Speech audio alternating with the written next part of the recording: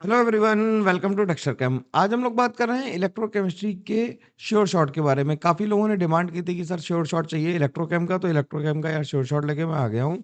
अगला जो sure shot होगा वो केमिकल काइनेटिक्स का होगा, फिर थर्मो कर लेंगे, सॉल्यूशंस कर लेंगे। ये 3-4 चैप्टर हैं, इन्हें करके फटाफट खत्म करेंगे और कोशिश करेंगे कि इसे 15 तक कंप्लीट कर दूँ सारे श्योर शॉट को, ठीक है ना। पीवाईक्यूज भी बिल्कुल आ रहे हैं, उनके लिए भी मैं तैयारी कर रहा हूँ, क्योंकि श्योर शॉट और पीवाईक्यू साथ साथ रिकॉर्ड नहीं हो सकता ना यार, एक ही चीज़ हो पाएगी एक दिन में। तो अभी श्योर शॉट दे रहा हूँ, पीवाईक्यूज भी दूंगा, कोई टेंशन मतलब। पीवाईक्यूज मतलब मैं 16 को दूंगा, जिससे कि तुम्हारी पूरी प्रिपरेशन एक बार में खत्म हो जाए। मैंने लाइव में ही बताया, और वो फाइनल बुलेट होगी तुम्हारी प्रिपरेशन में, ठीक है ना। तो बात शुरू करते हैं। हम लोगों ने इसमें 15 एक क्वेश्चन लिए हैं और उन्हें हम लोग डिस्कस करेंगे, ठीक है। तो थ्योरी भी करते चलेंगे, शॉर्ट शॉर्ट है, सब कुछ करेंगे। तो सेल की अगर हम बात करना शुरू करें, इलेक्ट्रोकेमिस्ट्री में हम लोग क्या करते हैं, सेल की बात करते हैं। सेल कौन से होते हैं? इलेक्ट्रोकेमिकल सेल होते हैं और इलेक्ट्रोलाइटिक सेल होते हैं। इलेक्ट्रोकेमिकल सेल कौन से होते हैं? जो केमिकल एनर्जी को केमिकल एनर्जी को किस में कन्वर्ट करते हैं? इलेक्ट्रिकल एनर्जी में।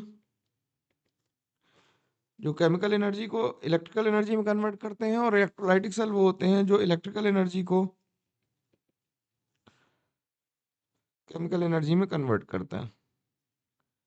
मतलब अगर मैं कहूं कि इसमें रिएक्शन कैसी होगी, स्पॉन्टेनियस होगी, और इधर वाले में इलेक्ट्रोलाइटिक में कैसी होगी, नॉन स्पॉन्टेनियस होगी।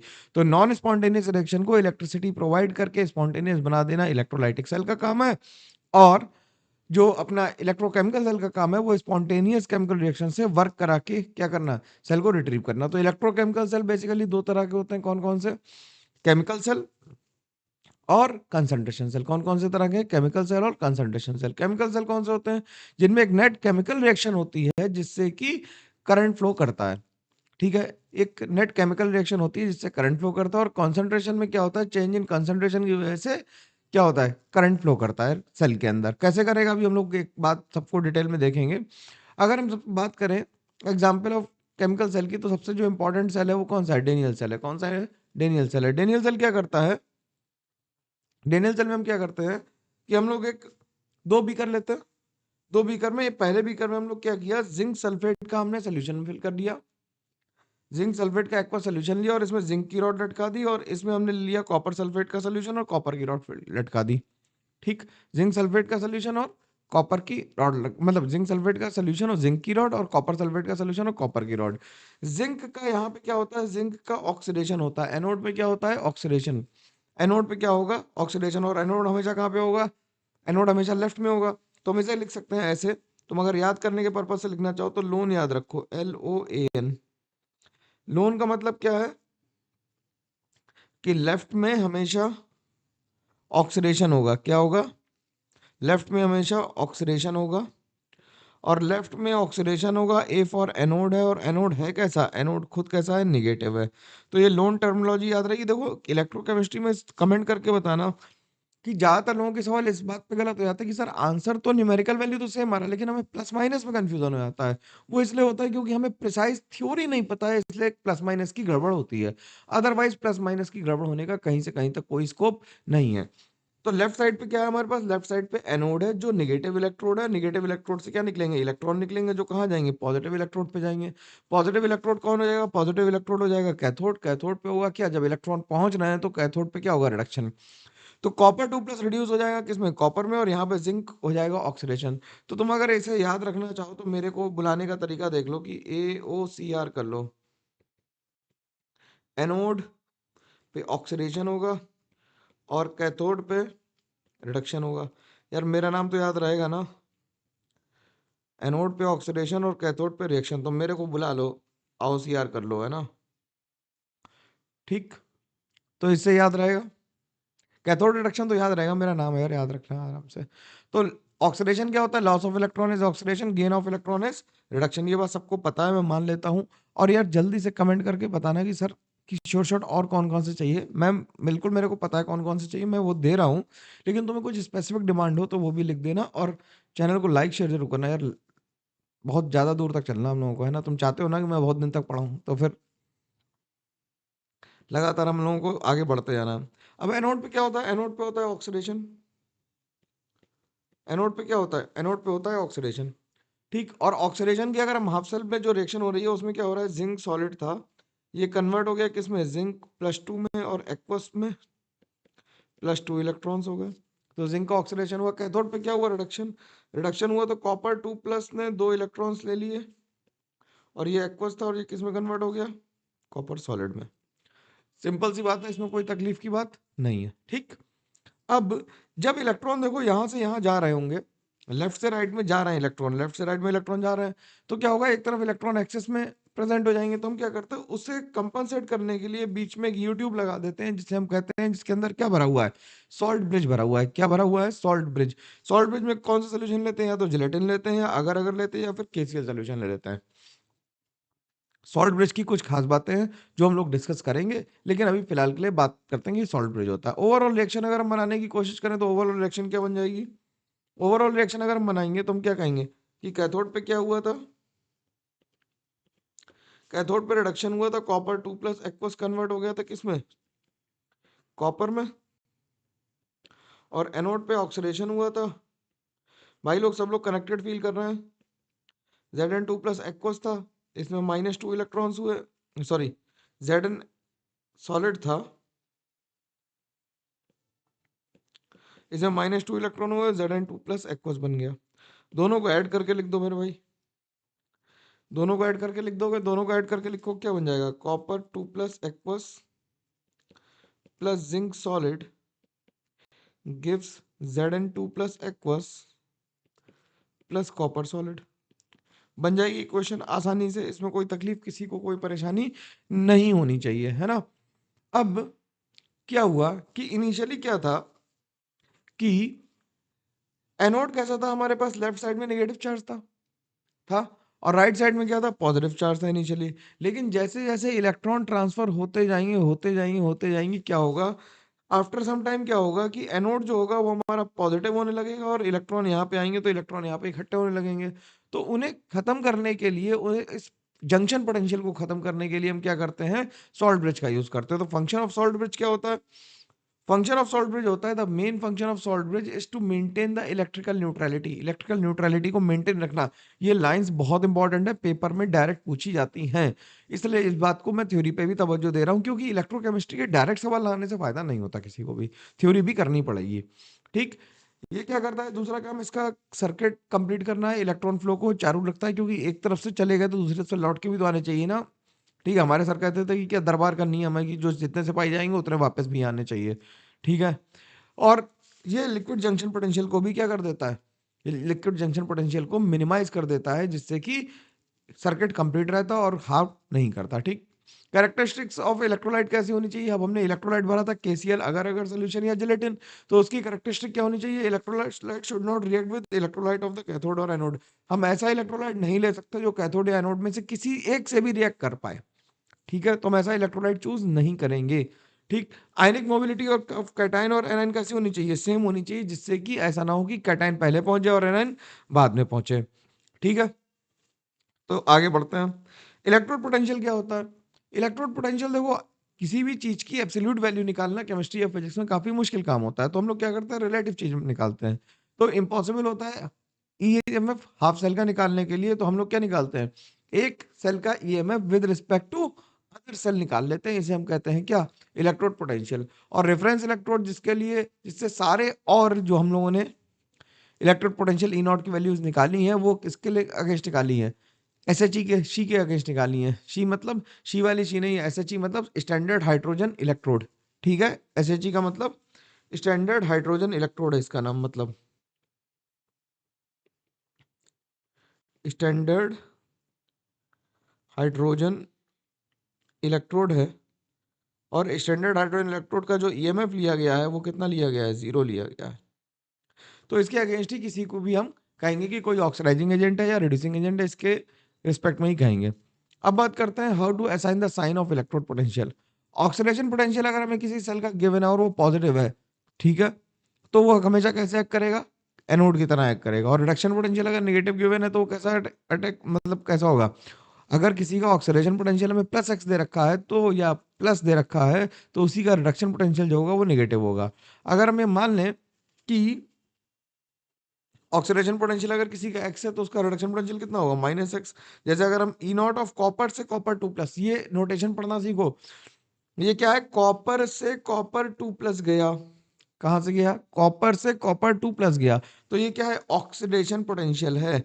रास्ता भी बता रहा है कॉपर से कॉपर 2, यानी ऑक्सीडाइज हो रहा है, यानी ये ऑक्सीडेशन पोटेंशियल है। तो अगर हम इसका रिवर्स कर दें, कॉपर 2+ से कॉपर ले जाए तो रिडक्शन पोटेंशियल हो जाएगा, और इसकी वैल्यू कितनी आ जाएगी, इसकी वैल्यू माइनस आ जाएगी, minus of minus 3.4 is plus 3.4। ठीक है, बात इतनी समझ में आ गई, आई होप आ रही होगी कि अगर हमें ऑक्सीडेशन पोटेंशियल गिवन है तो हम रिडक्शन पोटेंशियल उसका निकाल सकते हैं, इसमें कोई दिक्कत की बात नहीं है। अब रिप्रेजेंटेशन ऑफ सेल करें, अगर हमें सेल डायग्राम निकालना हो और डेनियल सेल का अगर हमें सेल डायग्राम लिखना हो, तो डेनियल सेल का सेल डायग्राम कैसे लिखेंगे। सेल डायग्राम में क्या होता है कि अब हम पूरी हर बार ड्राइंग नहीं बनाएंगे, सेल डायग्राम का मतलब ड्राइंग नहीं होता, मेरी बात ध्यान सुनना। हम लोग क्या करेंगे, सेल को एक साथ लिखने की कोशिश करेंगे। तो हमने लिखा कि जिंक सॉलिड ऑक्सीडाइज हो रहा था किसमें, Zn2+ एक्वस में at a given concentration C molar ले लेते हैं हम लोग, बीच में 2 डंडी लगाते हैं, इस डंडी का भी नाम होता है, और ये कॉपर 2+ एक्वस जो इसे C1 लिख लेते हैं, ये C2 मोलर कंसंट्रेशन पे है, तो ये कॉपर सॉलिड में कन्वर्ट हो रहा है। तो इसे हम कहते हैं क्या, ये 2 डंडी जो लगाई इसे हम कहते हैं सॉल्ट ब्रिज। क्या कहते हैं, सॉल्ट ब्रिज। एनोड और कैथोड पे जो रिएक्शन हो रही है यार, वो तो मान लो फिक्स ही है, वो तो चेंज हो ही नहीं रही। इसे ऊपर कर लेते थोड़ा। एनोड और कैथोड पे, एनोड पे क्या हो रहा है, एनोड पे हो रहा है Zn सॉलिड कन्वर्ट हो जा रहा है किसमें, Zn2+ एक्वस में, +2 इलेक्ट्रॉन्स, और कॉपर 2+ एक्वस जो था वो 2 इलेक्ट्रॉन लेके किसमें कन्वर्ट हो गया, कॉपर सॉलिड में कन्वर्ट हो गया। सिंपल। ओवरऑल रिएक्शन फिर से वही रिएक्शन लिखनी है, ज़्यादा कलाकारी कुछ है नहीं। कलाकारी तो मैं वैसे भी नहीं करता हूँ, चीज़ों को सिंपल करने आया हूँ। ज़िंदगी वैसे ही मुश्किल है कि नहीं, भाई बताओ। ज़िंदगी तो मुश्किल है ना, मेरे होने से अगर सिंपल नहीं हुई तो क्या फ़ायदा। तो क्या हुआ, जिंक सॉलिड हो गया प्लस कॉपर 2+ एक्वस हो गया। इलेक्ट्रॉन से इलेक्ट्रॉन कैंसिल आउट हो जाएंगे, तो क्या बन जाएगा, कॉपर सॉलिड बन जाएगा और Zn2+ एक्वस बन जाएगा भाई। कोई तकलीफ समस्या परेशानी इसमें नहीं होनी चाहिए। ठीक। और जो स्पॉन्टेनियस सेल रिएक्शंस होती हैं, इंपॉर्टेंट बात है, जो स्पॉन्टेनियस सेल रिएक्शंस होती हैं वो क्या करती हैं, net decrease in free energy के लिए रिस्पॉन्सिबल होती हैं। ठीक। अब हम फ्री एनर्जी के लिए रिस्पॉन्सिबल है तो हम क्या कह सकते हैं कि डब्ल्यू जो वर्क करेंगी वो चार्ज इंटू पोटेंशियल होगा। जो वर्क करेंगे वो चार्ज इंटू पोटेंशियल लिख सकते हैं कि नहीं लिख सकते, बोलो भाई। चार्ज इंटू पोटेंशियल लिख सकते हैं, तो W is equal to Q into E लिख दें। ठीक, W equal to Q into E लिख दें। और जो वर्क है वो in the form of free energy, और एनर्जी रिलीज हो रही तो क्यू इंटू ई लिखा जा सकता है, डेल्टा जी को। ठीक, डेल्टा जी इसके बराबर हो गया। अब जो चार्ज है वो हमें इन टर्म्स ऑफ फैराडे लिखना होता है। किसमें लिखना होता है, चार्ज इज इक्वल टू लिखते हैं एन इंटू ई, एन इंटू एफ। ठीक, वेयर एफ इज, एन क्या है, एन फैक्टर है, और जो एफ है उसे हम कहते हैं फैराडे। उसे हम क्या कहते हैं, फैराडे। फैराडे साइंटिस्ट का नाम है। Faraday 1 Faraday is equal to 96500 coulombs ले लेते हैं अप्रोक्सीमेटली। वैसे 96458 करके 468 के लगभग होता है, लेकिन 500 ले सकते हैं। ठीक है, तो हम इसे यहाँ पे लिख सकते हैं कि delta G is equal to minus N F E के बराबर लिख सकते हैं, या फिर डेल्टा जी नॉट को minus N F E naught के बराबर लिखा जा सकता है। इसमें कोई परेशानी किसी को नहीं होनी चाहिए। 1 फैराडे ये नंबर कहाँ से आया, अगर इसकी बात करें तो 1 फैराडे इज इक्वल टू होता है 1 mole charge of 1 mole electron charge, electronic charge. मतलब अगर इस नंबर को निकालना हो तो 6.02 इंटू 10⁻23 इंटू 1.6 इंटू 10⁻−19 कर दोगे तो इतना ही कूलम आ जाएगा, 96500 के बराबर आ जाएगा ये। ठीक है, इसमें कोई समस्या नहीं होनी चाहिए किसी को भी। ये मैंने लिख भी दिया। तो डेल्टा जी और डेल्टा जी नॉट की वैल्यू पता लग गई। अब हम जब ई सेल को, ई नॉट सेल हम कैलकुलेट करते हैं तो हमेशा ध्यान रखना कि तुमने कई तरीके से सीखा होगा और उससे कंफ्यूजन भी बढ़ता है। तो हम एक ही तरीका मानेंगे कि E cathode minus E anode, E cathode minus E anode. अगर ई नॉट लगा देंगे तो E not of cathode minus E not of anode कर देंगे।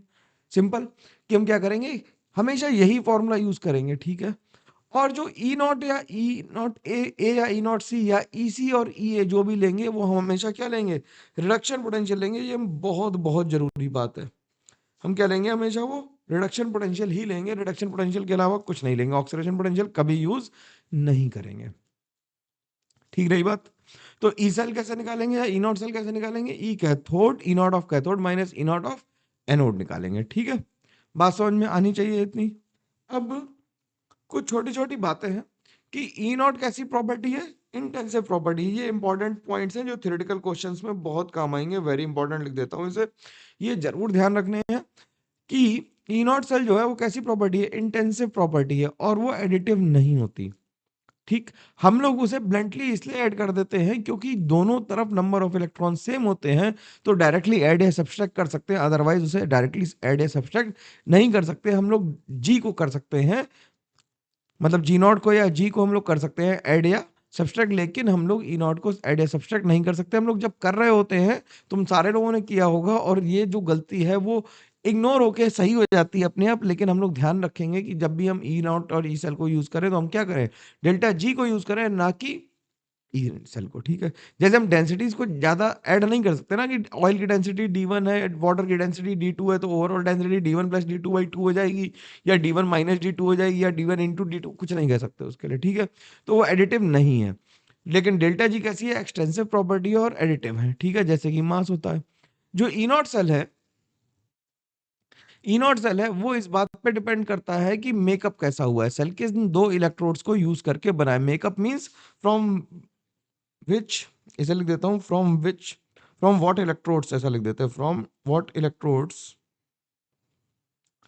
ई सेल इज कंस्ट्रक्टेड। ठीक, कौन कौन सी रिएक्शंस यूज की उससे। लेकिन डेल्टा जी नॉट जो है वो केवल नेटवर्क डन पे डिपेंड करता है, रास्ते पे डिपेंड नहीं करता, पाथ पे डिपेंड नहीं कर सकता, फ्रेमवर्क पे डिपेंड नहीं करता, तो मेकअप पे डिपेंड नहीं करता। हम लोग डायरेक्टली ई नॉट को ऐड या सब्सट्रैक्ट तभी कर सकते हैं जब दोनों रिएक्शंस में एन फैक्टर सेम हो। ये गांठ बांध लेना बात को, बहुत ही जरूरी बात है। ठीक है, इंटेंस होने वाला है लेक्चर, और इंटेंसिटी धीरे धीरे बढ़ेगी, कम तो होने की सोचो ही मत, है ना। अब बात करते हैं नस्ट इक्वेशन की, जिसमें हम लोग रिलेशन निकालेंगे ईएमएफ ऑफ द सेल और equilibrium constant of a reaction में। हम लोग क्या जानते हैं, हम लोग जानते हैं कि delta G is equal to होता है delta G not plus RT/ln के, RT/ln क्यू होता है बेसिकली, RT/ln क्यू। अब अगर हम यहाँ पे लिख दें तो ये NFE हो जाएगा, is equal to minus NFE naught हो जाएगा, प्लस RT/ln क्यू हो जाएगा। ठीक, तो E इज इक्वल टू हो गया E not minus RT/NF/ln Q। ठीक, तो हम ई सेल को लिख सकते हैं, E cell is equal to हो गया E not cell minus 0.0591 upon n log Q। यहाँ पे टेम्परेचर जो हमने लिया है वो 298 केल्विन ले लिया है स्टैंडर्ड। ठीक है, आर की वैल्यू ले ली है 8.314, एफ की वैल्यू ले ली है 96500, और एन हमारा एन फैक्टर है। एन क्या है, एन फैक्टर है जो हर रिएक्शन के लिए चेंज होता रहेगा। तो ये हमारी क्या नस्ट इक्वेशन है, ये क्या है, नस्ट इक्वेशन है। ये क्या है, नस्ट इक्वेशन। ठीक, और क्यू क्या है, क्यू तो हमारा रिएक्शन कोशेंट है, रिएक्शन कोशेंट, कोशेंट की स्पेलिंग QUOTIENT है ना, रिएक्शन कोशेंट है। ठीक, तो ये हमारी क्या हो गई, ये हमारी नस्ट इक्वेशन हो गई। सिंपल सी बात है, इसमें कोई दिक्कत नहीं आनी चाहिए। अगर हम मान लो कोई रिएक्शन लिख लेते हैं, A times A plus B times B reversibly gives C times C plus D times D, तो Q की वैल्यू क्या लिखी जाएगी, C की पावर C इंटू D की पावर D अपॉन A की पावर A इंटू B की power B, ये लिखी जाएगी, हाँ या ना। ठीक, एट इक्विलिब्रियम क्या होगा, एट इक्विलिब्रियम हम जानते हैं केमिकल इक्विलिब्रियम से कि Q becomes equals to K। Equilibrium क्या हो जाता है, K के बराबर हो जाता है। ठीक, तो हम इसे या तो कॉन्सेंट्रेशन के फॉर्म में लिख सकते हैं, या फिर पार्शियल प्रेशर के फॉर्म में लिख सकते हैं, या दोनों के फॉर्म में लिख सकते हैं, KPC भी लिख सकते हैं। बोलो भाई, हम लोग KPC भी लिख सकते हैं, याद आ रहा है, मान लेते हैं आ रहा है ना, कुछ कुछ तो मानना ही पड़ेगा, अब 10 दिन बचे, अब भी नहीं मानेंगे, कब मानेंगे। तो डेल्टा जी क्या हो जाएगा, डेल्टा जी एट इक्विलिब्रियम क्या होगा, zero. At equilibrium delta G क्या हो जाएगा, जीरो। तो डेल्टा जी नॉट की वैल्यू किसके बराबर आ जाएगी, माइनस RT/ln K के बराबर आ जाएगी। डेल्टा जी नॉट की वैल्यू किसके बराबर आ जाएगी, प्लस RTLN के बराबर आ जाएगी। तो ई नॉट सेल जो हो जाएगा वो किसके बराबर आ जाएगा, ई नॉट सेल जो हो जाएगा वो बराबर हो जाएगा 0.059 1/n log ऑफ के। तो यहाँ से इक्विलिब्रियम कांस्टेंट की वैल्यू निकाली जा सकती है अगर जरूरत पड़े तो। बात समझ में आ रही, नेक्स्ट इक्वेशन समझ में आ गई क्या होती है, यूज कैसे करना है अभी हम लोग बात करेंगे, लेकिन थोड़ी सी बात और कर लेते हैं। अगर हम मान लो डेनियल सेल ले लें, अपना डेनियल सेल फेवरेट सेल है, हम लोग तो डेनियल सेल पे डिपेंडेंट है कि नहीं, उसी रोजी रोटी खा रहे हैं। ठीक, तो डेनियल ने जो काम किया उसका मजा लो।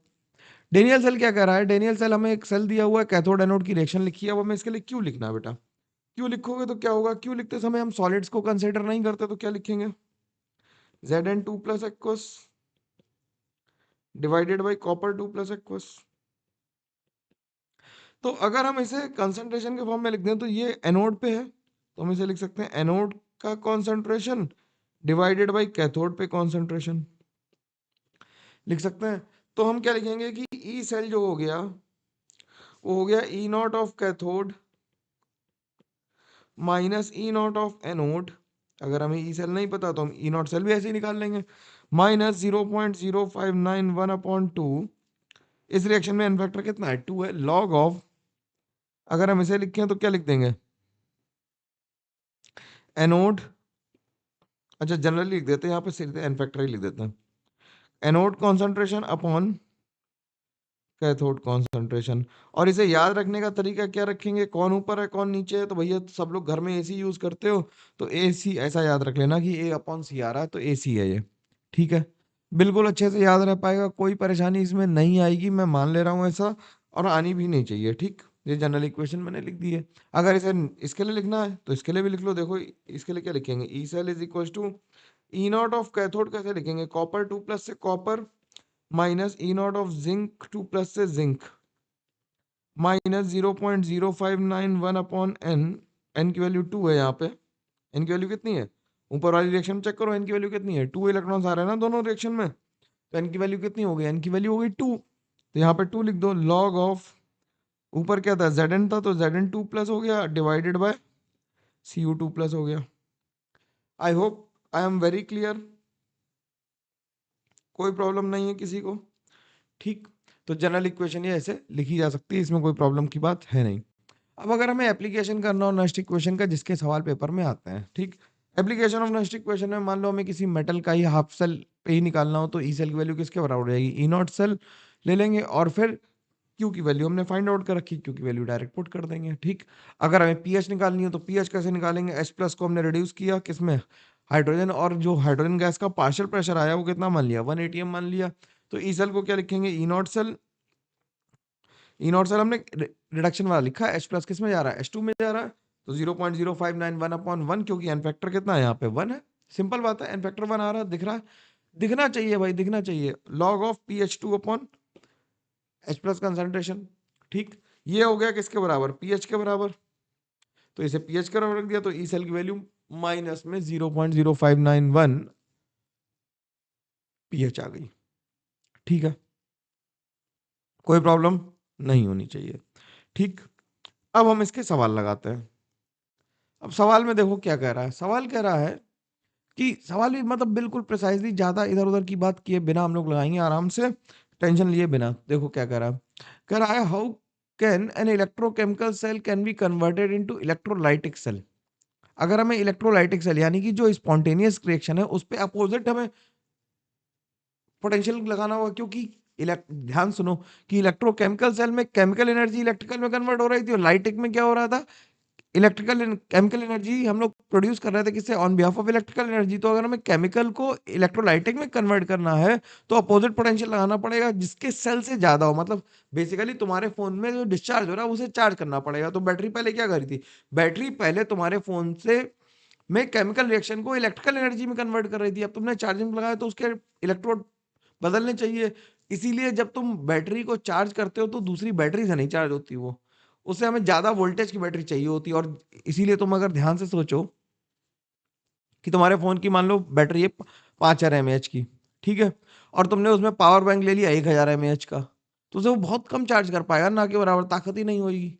वो रिवर्स चार्ज करने लगे, क्योंकि फोन की ताकत है ज्यादा, वो रिवर्स चार्ज कर देगा। तो हम क्या करेंगे, अप्लाई करेंगे एक्सटर्नल, और अपोजिट पोटेंशियल जो ई नॉट सेल से ज्यादा होगा। ठीक है, ध्यान रख पाओगे इस बात को। अगला सवाल देखो, अगला सवाल क्या कह रहा है, अगला सवाल कह रहा है कि for a galvanic cell, galvanic cell दे रखा हमें। अब गैल्वेनिक सेल हमारा डेनियल सेल ही इन जनरल दे रखा होता है। क्या कह रहा है कि हमें सेल की रिएक्शन दे रखी है और ई सेल हमसे पूछा है नियरेस्ट इंटीजर में। तो हम पहले क्या करें, यहाँ पे अगर ध्यान से देखेंगे हम लोग, तो जो हमें ये पोटेंशियल दे रखे हैं, ये कैसे दे रखे हैं, ये ऑक्सीडेशन पोटेंशियल दे रखा है। ये कैसा है, ऑक्सीडेशन पोटेंशियल है। अब ऑक्सीडेशन पोटेंशियल से हम क्या करेंगे, हम निकालेंगे ई नॉट ऑफ कॉपर 2+ से कॉपर। तो रिडक्शन पोटेंशियल इसका उल्टा हो जाएगा, यानी कि प्लस का 0.34 वोल्ट हो जाएगा। और हमें जो जिंक का दे रखा है वो भी हम रिडक्शन पोटेंशियल करेंगे, तो जिंक का जो पोटेंशियल आ जाएगा वो में आ जाएगा माइनस का 0.76 volt. R T by N F की वैल्यू 0.059 दे रखी है हमें, तो हम डायरेक्टली क्या करेंगे, लिखेंगे E cell is equal to क्या हो जाएगा, ई नॉट सेल माइनस 0.0591 नहीं रखेंगे क्योंकि हमें गिवन है, और एन फैक्टर है 2 रिएक्शन का, क्योंकि डेनियल सेल है, गैल्वेनिक सेल है, हम लोग सेम चीज मान रहे हैं, मतलब सेम ही रिएक्शन होनी चाहिए। लॉग ऑफ क्या होता है, एनोड अपॉन कैथोड होता है, तो Zn2+ अपॉन कॉपर 2+। देख लो भैया, इसमें कोई दिक्कत यहाँ तक नहीं है, कोई समस्या नहीं। ई नॉट सेल निकाल लो, ई नॉट सेल हम किसके बराबर लिखेंगे, E not cell will be equal to E not of cathode minus E not of anode. Cathode पे कौन है, कैथोड पे कॉपर, तो 0.34 हो गया, माइनस ऑफ माइनस 0.76 हो गया, तो हो गया 1.10 वोल्ट। तो इसे लिख दिया कितना, 1.10 volt, minus 0.059 upon 2 log of Zn2+ का कॉन्सेंट्रेशन कितना दे रखा, 0.04, और कॉपर 2+ का 0.02, तो इसे लिख दिया 0.04 डिवाइडेड बाई 0.02। इससे कैंसिल हो गया, तो ये आ गया 1.10 माइनस 0.059 अपॉन 2 लॉग ऑफ 2 की वैल्यू लिख दी 0.3010। ठीक, अब यार कैलकुलेशन है, मैं छोड़ दूं सवाल को यहीं कि तुम मेहनत करके लगा लोगे, चलो ठीक है। इसे 1.10 माइनस 0.088 लिख देंगे, तो इसकी वैल्यू आ जाएगी 1.0911 आ जाएगी, 1 1 आ जाएगी। ठीक, वोल्ट, इसे हम लिख देंगे 109.12 इंटू 10⁻⁻² वोल्ट। तो जो आंसर हम लिखेंगे वो 109 लिख देंगे, आंसर कितना लिख देंगे, 109 लिख देंगे। बात समझ में आ गई आसानी से, कोई मुश्किल बात नहीं। सवाल को तसल्ली से लगाना है, ठीक है ना, धीरे से लगाओगे बिल्कुल लगेगा, ऐसा हो ही नहीं सकता कि ना लगे। अगला सवाल क्या कह रहा है, अगला सवाल कह रहा है for this reaction the magnitude of standard molar free energy of delta G of reaction हमें निकालनी है, राउंड ऑफ करना है नियरेस्ट इंटीजर पे, और हमें जो वैल्यू दे रखी है ई नॉट ऑफ Fe2+ से Fe की दे रखी है, Fe3+ से Fe की दे रखी है, और हमसे कुछ कुछ बातें पूछी गई हैं। ठीक, तो जो हमें गिवन इंफॉर्मेशन है पहले वो देख लेते हैं, क्योंकि हमें डायरेक्टली Fe3+ से Fe2+ के लिए इलेक्ट्रोड पोटेंशियल हमें नहीं गिवन है। हमें जो फाइंड आउट करना है, सबसे पहली चीज हमें Fe3+ से Fe2+ हमें फाइंड आउट करना पड़ेगा, जो कि हमारे कैथोड की तरह काम कर रहा है, और हमें इसका इलेक्ट्रोड पोटेंशियल नहीं पता है। अब इसका इलेक्ट्रोड पोटेंशियल नहीं पता है, तो हमें जो पता है वो बात लिख लेते हैं, क्या पता है। ये सवाल तसल्ली वाला है, तेजी में लगाओगे गड़बड़ा जाएगा मामला, इसलिए धीमे धीमे लगाना है। ठीक, तो हमें पता क्या है, कि हमें ये पता है कि Fe2+ में 2 इलेक्ट्रॉन जोड़ दें तो Fe बन जाएगा, और इसके लिए हमें E1 की वैल्यू दे रखी है माइनस का 0.440 वी। तो इसके लिए जो डेल्टा G1 की वैल्यू आ जाएगी वो -2 into F into E1 naught आ जाएगी। ठीक है, कोई दिक्कत नहीं। और ध्यान रखना, हम ई को डायरेक्टली ऐड नहीं कर सकते, देखा जो मैंने बताया उस पर सवाल आया हुआ है। अगर तुमने फुल लेक्चर्स देख रखे हैं तो तुम्हें पता लगेगा कि हाँ, अगर लेक्चर को ईमानदारी से पढ़ लोगे तो तुम्हारा सवाल बन के ही रहेगा, अदरवाइज नहीं बनेगा, है ना, शॉर्टकट नहीं मारना है। तो ये हो गया Fe3+ में 3 इलेक्ट्रॉन जोड़े, तो ये Fe सॉलिड आ गया। इसके लिए E2 नॉट की वैल्यू जो गिवन है वो -0.036 वोल्ट गिवन है, और डेल्टा G2 की वैल्यू जो आ जाएगी, या G02 लिख लो इसे, वो -3 into F into E2 naught आ गई। ठीक, अब हमें जो ओवरऑल चाहिए वो हमें क्या चाहिए, Fe3+ से एक इलेक्ट्रॉन ऐड करके हम क्या बनाना चाहते हैं, Fe2+ बनाना चाहते हैं, यही बनाना चाहते हैं। तो हम इसके लिए डेल्टा G3 नॉट की वैल्यू क्या चाहते हैं, -1 into F into E3 not.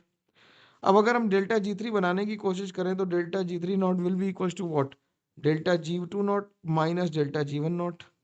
देख लो रिएक्शन को, हमें G1 वाले को पलटना पड़ेगा और G2 वाला सही लिखा हुआ है भाई। इस रिएक्शन को पलटना पड़ेगा ना मेरे भाई, Fe2+ को इधर ले आना तो इसे पलटना पड़ेगा।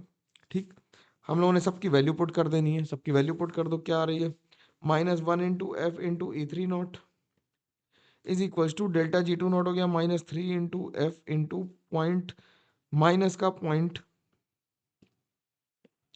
0.036। ठीक, और माइनस इसे यहाँ रहने देते हैं, ऊपर वाले में कितने हैं 2 इलेक्ट्रॉन्स हैं, एफ इंटू माइनस माइनस हो जाएगा प्लस, तो वो 0.44 हो गया। हो गया, इस माइनस से ये माइनस गया, ये माइनस गया। ठीक, सारे माइनस चले गए। अब एफ से एफ चला गया, देखो ध्यान से, एफ से एफ चला गया तो क्या आ रहा है E3 नॉट की वैल्यू किसके बराबर आ गई, E3 नॉट की वैल्यू होगी माइनस का, ये आ गया 108। ठीक, प्लस का आ गया 0.88 आ गया, तो ये आ गया E3 नॉट की जो वैल्यू आ गई वो आ गई 0.772 वोल्ट आ गई। कोई दिक्कत, कोई दिक्कत नहीं होनी चाहिए। ठीक, अब हमें क्या निकालना, हमें निकालना है क्या, पहले हमें डेल्टा जी ऑफ रिएक्शन निकालना, डेल्टा जी है के लिए हमें ई नॉट ऑफ रिएक्शन निकालना पड़ेगा। तो ई नॉट ऑफ रिएक्शन के लिए हम क्या करेंगे, E not of reaction will be equal to E not of cathode minus E not of anode करेंगे। ई नॉट ऑफ कैथोड हमने निकाल लिया 0.772 है, minus E not of anode कितना गिवन है, एनोड गिवन है 0.539, तो ये हो गया 0.539, तो इसे माइनस कर दिया तो ये आ गया 0.233 वोल्ट। ठीक, 33, हाँ ठीक, 0.33233 वोल्ट आ गया, आ गया। अब हमें डेल्टा जी ऑफ रिएक्शन निकालना, delta G not of reaction किसके बराबर हो जाएगा -NFE3 E not of reaction, तो ये हो गया -2 इंटू एफ की वैल्यू हो गई 96500 इंटू 0.233, इसे सॉल्व कर दोगे तो आ जाएगा -44969 जूल्स, यानी कि 45 माइनस का किलो जूल्स। ठीक है, मतलब राउंड ऑफ कर दिया मैंने, इसे लिख लो क्या -44.96 किलो जूल्स, तो ये 45 आ जाएगा। तो आंसर क्या लिख देंगे, आंसर लिख देंगे 45। अब इस सवाल को कोई चाहे कि मैं 1 मिनट में कर दूं तो इट इज नॉट पॉसिबल।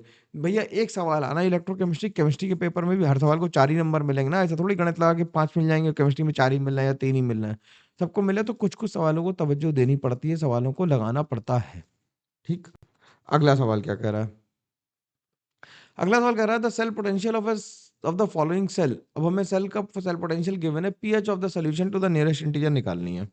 ठीक, हमें जो वैल्यू दे रखी है, फिर से ऑक्सीडेशन पोटेंशियल दे रखा है, तो हम इससे रिडक्शन पोटेंशियल निकालेंगे, क्या आ जाएगा Cu2 प्लस से Cu का आ जाएगा कितना 0.34 वोल्ट, और हाइड्रोजन के लिए हमें पता है SHE में कितना होता है, वो तो 0 ही होता है।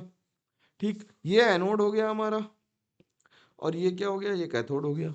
हो गया, तो जरा लिखो E cell is equal to क्या लिख देंगे, E not cell E cathode minus E anode minus 0.059 को 0.6 ही लिख दें। ठीक है, क्योंकि नियरेस्ट इंटीजर पे राउंड ऑफ करना है तो फिर 0.6 लेने में कोई दिक्कत है नहीं। Log of cathode upon anode upon cathode लेते तो H प्लस का होल स्क्वायर लेंगे डिवाइडेड बाय कॉपर 2 प्लस लेंगे। अब H प्लस का होल स्क्वायर कहाँ से आया, कई लोग ये डाउट करेंगे। तो देखो H2 को अगर हम ब्रेक करेंगे तो ट्वाइस H प्लस बनेगा ना मेरे भाई, तो H प्लस का होल स्क्वायर लेना पड़ेगा हमें। ठीक, तो ये हो गया कितना, ये हो गया 0.576, ये हो गया कितना 0.34 minus 0.06 divided by 2 log of H plus का हमें कंसंट्रेशन का पता करना है, डिवाइडेड बाई इसे 0.01 लिखा। अब हम थोड़ी सी अकल लगा लें, इसे ट्रांसफर करके इधर ले माइनस कर दें, जब इसे माइनस कर देंगे तो ये बचेगा 0.236 इज इक्वल टू 0.236 बचेगा सही, इज इक्वल टू माइनस का 0.06 डिवाइडेड बाई 2 लॉग ऑफ इसे लिख लो H प्लस अपॉन 0.1 का होल स्क्वायर। ठीक, जिससे 0.06 माइनस का बचा और log 2 बाहर आ गया, तो ये बचा log H plus minus log of 0.1। ठीक, तो 2 से 2 कैंसिल हो गया, ये हो गया 0.236 divided by 0.06 minus of log H plus जो था वो हो गया PH, और यहाँ पे आ गया माइनस, ये -1 वैल्यू आई, माइनस माइनस +1 हुआ, और ये कितना हो गया फिर से -1 हो गया एक। देखो log 0.1 की वैल्यू -1 माइनस माइनस प्लस हुआ और एक माइनस बाहर वाला आ गया, तो इसकी जो वैल्यू आ गई वो आ गई 3.93 is equal to P H minus 1, तो पी एच की वैल्यू आ गई 4.93। तो आंसर जो लिखा जाएगा नियरेस्ट इंटीजर में वो 5 लिखा जाएगा। ठीक है, ब्लंट कैलकुलेशन, आसान सवाल तो नहीं कह सकते, लेकिन हाँ डूएबल क्वेश्चन था। ठीक है, अगले सवाल की तरफ मूव कर जाते हैं। अगला सवाल क्या कह रहा है? अगला सवाल कह रहा था magnitude of charge in the oxidizing power of MnO4 minus Mn2 plus couple is x into 10 raised to the power minus 4 volt. If the concentration is decreased of H plus from 1 molar to 10 raised to minus 4 molar at 25 degree centigrade, assuming कि MnO4 minus और Mn2 plus का concentration same रहता है, तो x की value हमें बतानी है। ठीक है, चलो बताना शुरू करते हैं। तो इसके लिए हम क्या करेंगे, सबसे पहले MnO4 माइनस की हम लोग रिएक्शन लिखेंगे। ठीक, MnO4 माइनस की 8H प्लस के साथ हमने रिएक्शन करी और प्लस 5 इलेक्ट्रॉन्स कर दिए। हमें रिएक्शन बैलेंस मेरे को याद है, इसलिए मैं डायरेक्ट लिख दे रहा हूँ। तुम्हें अगर नहीं याद है तो बैलेंस करी जा सकती है, इसमें कोई भावी बात नहीं है। ठीक, तो ये एक्वस है, ये एक्वस है और ये भी एक्वस है। बहुत दिक्कत की बात नहीं भावी, मतलब दिक्कत होती, कभी कभी स्लैंग्स बोल देता हूँ मैं भी, हिंदी के है ना, जेंजी, ठीक, हिंदी वाला। तो ई सेल की वैल्यू किसके बराबर हो जाएगी? ई सेल की वैल्यू हो जाएगी E not of MnO4 minus से Mn2 प्लस, ठीक, minus 0.059 upon N factor of 5 log of Mn plus 2 concentration divided by MnO4 minus का कॉन्सेंट्रेशन इनटू H प्लस की पावर 8। ठीक, अब H प्लस को जब हम लिख रहे हैं तो हम, क्योंकि ई सेल चेंज हो रहा है और हमें निकालनी x की वैल्यू कितनी डिफरेंस आया, ठीक, ऑक्सीडाइजिंग पावर में डिफरेंस निकालेंगे। तो ई सेल 1 लिख दें, इसे इसे यहाँ पे 1 लिख देते हैं, बाकी सब तो कांस्टेंट रहने वाला है। ई सेल 2 की वैल्यू किसके बराबर हो जाएगी? E not of MnO4 minus upon Mn2 plus minus 0.059 upon 5 log of Mn plus 2 concentration upon MnO4 minus concentration into H plus 2 की पावर 8। लोगों से गलती क्या होती है, इसमें पावर 8 लगाना भूल जाते हैं। गलती में नहीं होती, पावर 8 लगाना भूल जाते हैं। जब पावर 8 नहीं लगाओगे तो फिर तुम्हारा जो वैल्यूज हैं वो गड़बड़ाना शुरू हो जाएंगी। तो हम क्या करें, E cell 1 minus E cell 2 निकालना, ठीक, माइनस का 0.059 अपॉन 5 बाहर कॉमन ले लें, लॉग ऑफ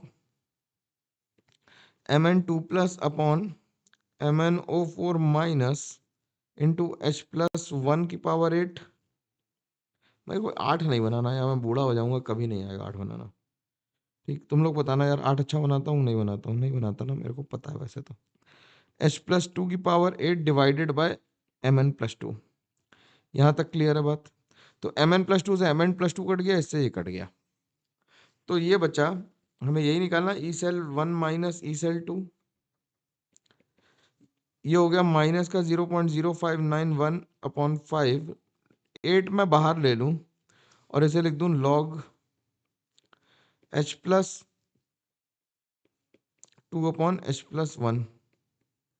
सही, अब H प्लस 2 की वैल्यू कितनी है? Minus 0.059 into 8 divided by 5 log of H plus 2 जो था वो 10⁻⁻4 कर दिया, पहले 1 था, तो -4 और बाहर आ गया, तो minus 0.059 into 8 into -4 divided by 5, सबको गुणा गणित लगा देना, 8 चौक 32 और फिर भाग भूग कर दोगे तो फिर आ जाएगा कितना आंसर? आंसर आ जाएगा 0.3776, यानी कि 3776 इंटू 10⁻⁻4। तो आंसर लिख देंगे 3776। ठीक है, सवाल समझ में आया कैसे करा? ठीक, अब फिर से थ्योरी पे वापस आ जाते हैं, टेम्परेचर डिपेंडेंस की बात करते हैं। टेम्परेचर डिपेंडेंस की जब हम लोग बात करते हैं ईएमएफ की, तो एक बार एडवांस में तो डायरेक्ट क्वेश्चन आया, लेकिन मेंस में भी इसके सवाल पूछे गए, तो इसलिए इसे पढ़ना जरूरी हो जाता है। कई लोगों ने नहीं भी पढ़ा होगा, और कितने लोगों ने नहीं पढ़ा होगा कमेंट करके बताना, लेकिन it's not a bad thing not to study, क्योंकि थोड़ा सा ऐसे कई बार स्किप हो जाता टीचर से बताने में, मतलब ध्यान में नहीं रहता, आता सभी को है ना। तो चलो शुरू करते हैं। ठीक, तो delta G is equal to क्या होगा? Delta H minus T delta S होता है। डेल्टा एस हम थर्मोडाइनमिकली ये लिख सकते हैं कि del delta G by delta T at constant P होता है। ठीक, ये हमें वैल्यू, इस बात को हमें याद रखना है, रिमेंबर कर लेना है। ठीक, इसके बिना काम नहीं चलेगा। तो उठा के वैल्यू पुट कर दी, delta G equal to delta H, minus minus हो गया plus, del delta G by delta T रख दिया। अब डेल्टा जी को हम क्या लिख सकते हैं, एन एफ ई लिख सकते हैं, तो इसे एन एफ ई सेल लिख दिया, इसे एन एफ ई सेल लिख दिया। एन एफ को बाहर ले आया तो ये n F E cell is equal to n F T बाहर आ गया, ये हमें वैल्यू चाहिए थी। तो del delta E by delta T at constant P is equal to E cell by T और delta H by N F T आ गया। ये एडवांस में डायरेक्ट फॉर्मूले पे सवाल आया था, मेंस में भी आ सकता है, क्योंकि मेंस वाले कहाँ से कट कॉपी पेस्ट करेंगे एडवांस वाले सवालों को। और ऐसा इतिहास गवाह, ऐसा कई बार हुआ है। ठीक है, एक बारी तो ऐसा हुआ कि एक बच्चे ने सवाल पूछा मेरे से आके, मेन से एक दिन पहले एडवांस के पीवाई क्यूज लगा रहा था, ठीक। उसने सवाल पूछा और अगले दिन उसके पेपर में वही सवाल आ गया। 2013 की बात है, हाँ 13 या 14 की बात है, 10-11 साल पहले की। ठीक है, अब बात करते हैं use of nest equation in determining Ksp of soluble salts के बारे में। इसके लिए हम डायरेक्टली फॉर्मूला याद कर लेते हैं कि इसे हम कैसे पढ़ते हैं कि E not of C L minus AGCL, AG का मतलब है कि स्पेरिंगली सॉल्युबल सॉल्ट है एजीसीएल, जिसमें एजी हमें फ्रीली अवेलेबल नहीं है, तो उसका जो ईएमएफ है वो केएसपी पे भी डिपेंडेंट होता है। मेंस के लिए इसे याद कर लेते हैं, एडवांस के लिए जब करेंगे तो इसका डेरिवेशन भी कराया है मैंने, वो भी देखेंगे। ठीक है, मेंस में इतना ही रखते हैं इसे। सवाल देख लेते हैं, सवाल क्या कह रहा है। सवाल हमसे कह रहा है कि the del E by del T at constant P of different types of half cells are shown below. इस सवाल में फॉर्मूले की कोई जरूरत नहीं है, लेकिन मैंने इसे इसलिए बताया फॉर्मूला कि तुम्हें फॉर्मूले से थोड़ा कॉन्फिडेंस आ जाए, जिसकी वजह से तुम ये सवाल करो भाई, छोड़ो मत। ज्यादातर लोग क्या करते हैं, सवाल को देखा, ओह बहुत कठिन सवाल है, जाने दो जाने दो, क्योंकि del E by del T तो कभी देखा ही नहीं हमने जीवन में, इसलिए मैंने दिखा दिया, तुम्हें देख लो भैया, चवन्नी भर का सवाल है, 1 मिनट में कर दूंगा। ठीक है, कैसे करेंगे देखो। इसमें क्या कर रहा है कि हमें एबीसीडी में del E by del T at constant P, यानी कि ईएमएफ टेम्परेचर के साथ जिसमें चेंज हो रहा है उसकी वैल्यू दे रखी है। ठीक, ई इलेक्ट्रोमोटिव फोर्स यानी ईएमएफ है। कह रहा which of the above half cells would be preferred to be used as a reference electrode. हम रेफरेंस इलेक्ट्रोड किसे चाहते हैं, जो टेम्परेचर के साथ ज्यादा वेरी ना करे। ठीक है, प्रेफर्ड, जो प्रेफर्ड हाफ सेल होगा, that will be that cell which in which del E by del T at constant P is minimum। मतलब उसका टेम्परेचर डिपेंडेंस कैसा होना चाहिए, मिनिमम हो, कि मालूम पड़ा थोड़ा हीट हो गया उससे गड़बड़ हो गया, तो मिनिमम किसका है, ये 10⁻⁻⁴ -4 इन सब में सबसे छोटा नंबर कौन है, सी। तो आंसर क्या आ गया, सी।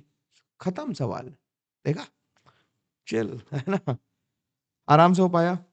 अब बात करते हैं आगे, कॉन्सेंट्रेशन सेल की बात करते हैं। कॉन्सेंट्रेशन सेल में क्या हो रहा था, कॉन्सेंट्रेशन सेल में कॉन्सेंट्रेशन चेंज होने की वजह से ईएमएफ जनरेट हो रहा था। कॉन्सेंट्रेशन दो तरह के हो सकते हैं, इलेक्ट्रोड का कॉन्सेंट्रेशन हो या इलेक्ट्रोलाइट का कॉन्सेंट्रेशन हो। कैसा हो, इलेक्ट्रोड का कॉन्सेंट्रेशन हो या फिर इलेक्ट्रोलाइट का कॉन्सेंट्रेशन हो। इलेक्ट्रोड कॉन्सेंट्रेशन सेल कैसा होता है कि जिसमें दो एक जैसे इलेक्ट्रोड हैं, जिसमें concentration are dipped in the same, दो इलेक्ट्रोड जिनका कॉन्सेंट्रेशन डिफरेंट है, उन्हें सेम कंसंट्रेशन सोल्यूशन में डिप कर गया है। मान लो कि दो हाइड्रोजन इलेक्ट्रोड थे जिनका अनइक्वल गैस प्रेशर था, और उन्हें सेम 1 मोलर HCl में डिप कर दिया गया। तो उसमें क्या हम लिखेंगे, इसे कैसे लिखेंगे, H प्लस एक्वस से दो इलेक्ट्रॉन मिलके यहाँ पे पार्शियल प्रेशर अलग अलग आएगा, partial pressure of anode upon partial pressure of cathode लिख देंगे। तो पार्शियल प्रेशर में लिख रहे हैं, इसे कैथोड अपॉन एनोड लिखेंगे। जब कॉन्सेंट्रेशन लिखते हैं तो एनोड अपॉन कैथोड लिखते हैं। ठीक है ना, ठीक है, बात समझ में आ रही। इसे आराम से लिख सकते हैं, तो इसे P A by P C लिख सकते हैं एनोड के फॉर्म में, अगर प्लस लिखना हो तो यहाँ पे। ठीक, अब इलेक्ट्रोलाइट कॉन्सेंट्रेशन तुमने इस तरह के भी सेल देखे होंगे कि एच जी PbC1 लिखा हुआ और PbSO4 लिया, एच जी PbC2 लिखा हुआ, तो इसके कॉन्सेंट्रेशन हम कैसे लिखेंगे इसे। अगर हम रिएक्शन इन्वॉल्व लिखना चाहें इसमें, तो रिएक्शन इन्वॉल्व कौन सी है, कि एनोड पे क्या हो रहा है या कैथोड पे क्या हो रहा है, पहले कैथोड पे रिडक्शन होगा। कैथोड पे रिडक्शन किसका होगा कि Pb2 प्लस एक्वस किस में कन्वर्ट हो जाएगा, +2 इलेक्ट्रॉन्स एट कंसंट्रेशन कितना है, C2 पे है, वो PbSO4 में कन्वर्ट हो जाएगा, यानी Pb सॉलिड में हो जाएगा। ठीक है, एनोड पे क्या हो रहा होगा, एनोड पे ऑक्सीडेशन हो रहा होगा, तो Pb सॉलिड कन्वर्ट हो रहा है किस में, Pb सॉलिड कन्वर्ट हो रहा है Pb2 plus aqueous at concentration C1 +2 electrons.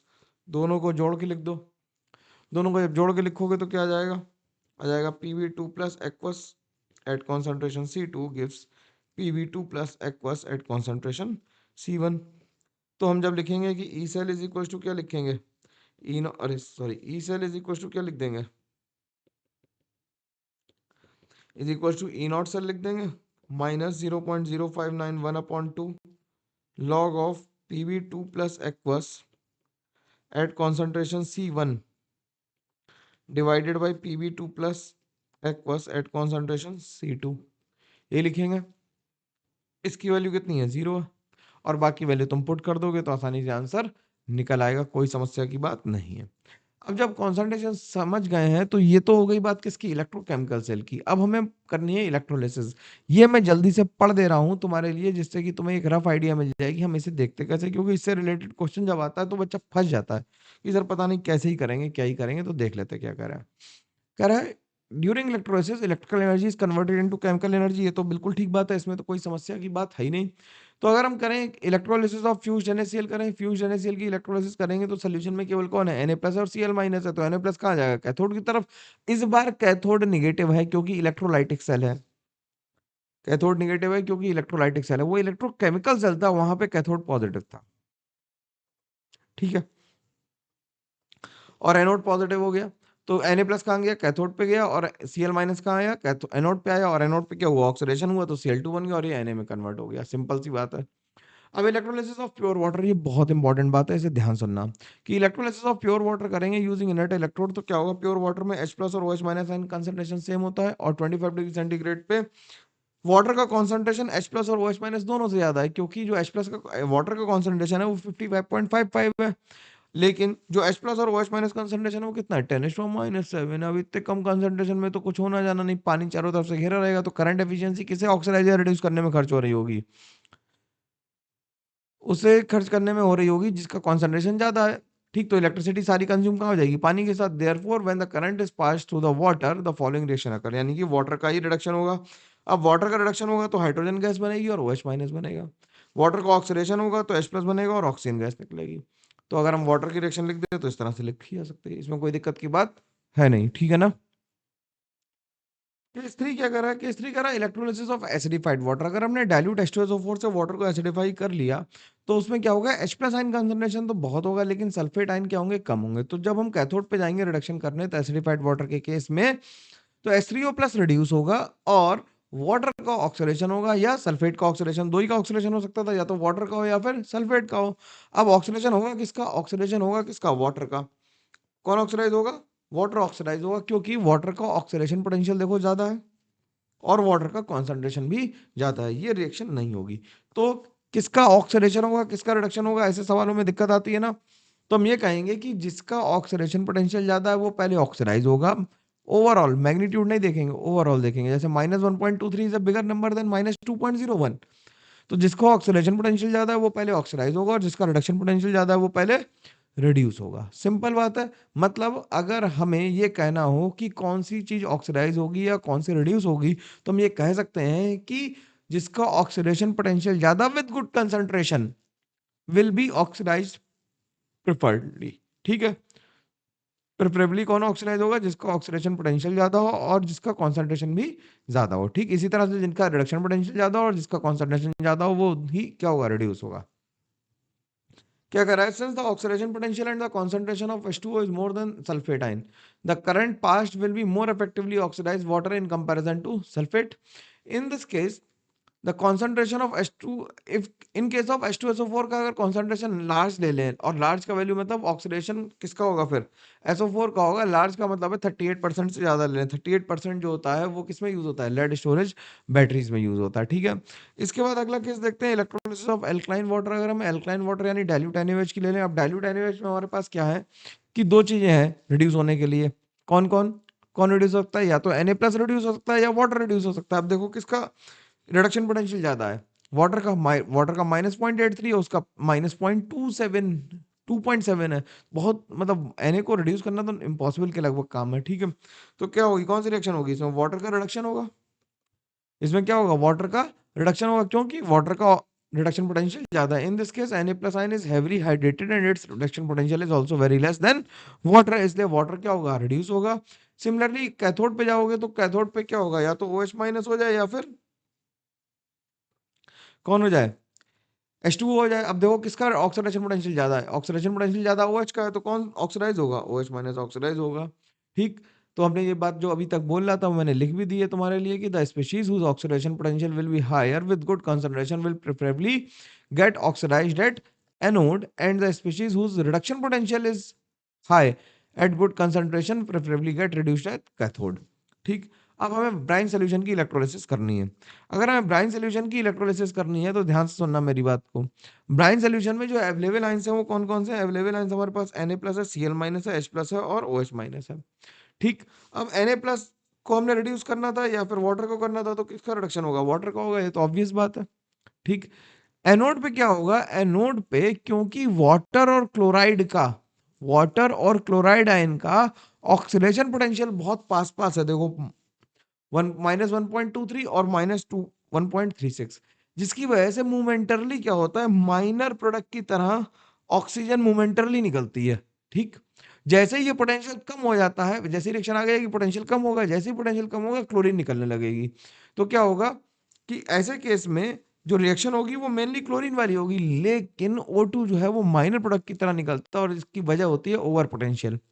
ठीक है, over potential is extra potential required to initiate a chemical reaction at a required rate. मतलब अगर ओवर पोटेंशियल की वैल्यू 0.6 से कम आ रही, ई सेल की वैल्यू अगर रिएक्शन में कम आ रही 0.6 से, तो वो रिएक्शन बहुत स्लो होगी और काइनेटिकली कंट्रोल नहीं हो पाएगी, मतलब बहुत स्लो होगी, उसे करने से कोई फायदा आयदा होगा नहीं। ठीक है, अब electrolysis of solution in presence of reactive electrode. अगर हमने रिएक्टिव इलेक्ट्रोड ले लिया, मान लो क्या किया, AgNO3 को Ag के इलेक्ट्रोड में लटका दिया, प्लेटिनम का छोड़ दिया अब की बार। ठीक, तो क्या होगा कि अब हमारे पास तीन चीजें होंगी कि या तो Ag+ खुद ही ऑक्सीडाइज हो जाए, Ag+ में ऑक्सीडाइज हो जाए, या वाटर ऑक्सीडाइज हो जाए, NO3 हो जाए। तो इसमें अगर देखो तो सबसे ज्यादा इलेक्ट्रोड पोटेंशियल किसका है? Ag का, और उसका कॉन्सेंट्रेशन भी ज्यादा है, तो Ag ऑक्सीडाइज होगा। इसी तरह से वाटर और Ag+ में रिडक्शन पोटेंशियल किसका ज्यादा है? Ag+ का, तो ऐसे केस में Ag खुद ही ऑक्सीडाइज होगा और खुद ही रिड्यूस होगा। ठीक, अब जब हम इलेक्ट्रोलिसिस कर रहे हैं तो कोल्ड में इलेक्ट्रोलिसिस ना करें, ऐसा हो नहीं सकता है ना। तो होगा क्या इसमें, अगर हम कोल्ड में इलेक्ट्रोलिसिस करें तो हम इसमें क्या कहेंगे कि कोल्ड में इलेक्ट्रोलिसिस में क्या करते हैं, RCO- और Na+ ले लेते हैं तो RR एल्केन बनता है। तो इसमें एनोड पे क्या होगा, ऑक्सिलेट मतलब जो एसिटेट आयन है या फिर कार्बोक्सिलेट आयन है, वो क्या होगा, एक इलेक्ट्रॉन लूज करके रेडिकल बनाएगा, रेडिकल से R रेडिकल बन जाएगा और डायमराइज होकर एल्केन बना देंगे। कैथोड पे क्या होगा, कैथोड पे Na+ या तो रिड्यूस हो जाए या फिर वाटर रिड्यूस हो जाए। अगर वाटर रिड्यूस होगा तो क्या बनाएगा, हाइड्रोजन गैस बनाएगा। ठीक, और 2OH- बनाएगा।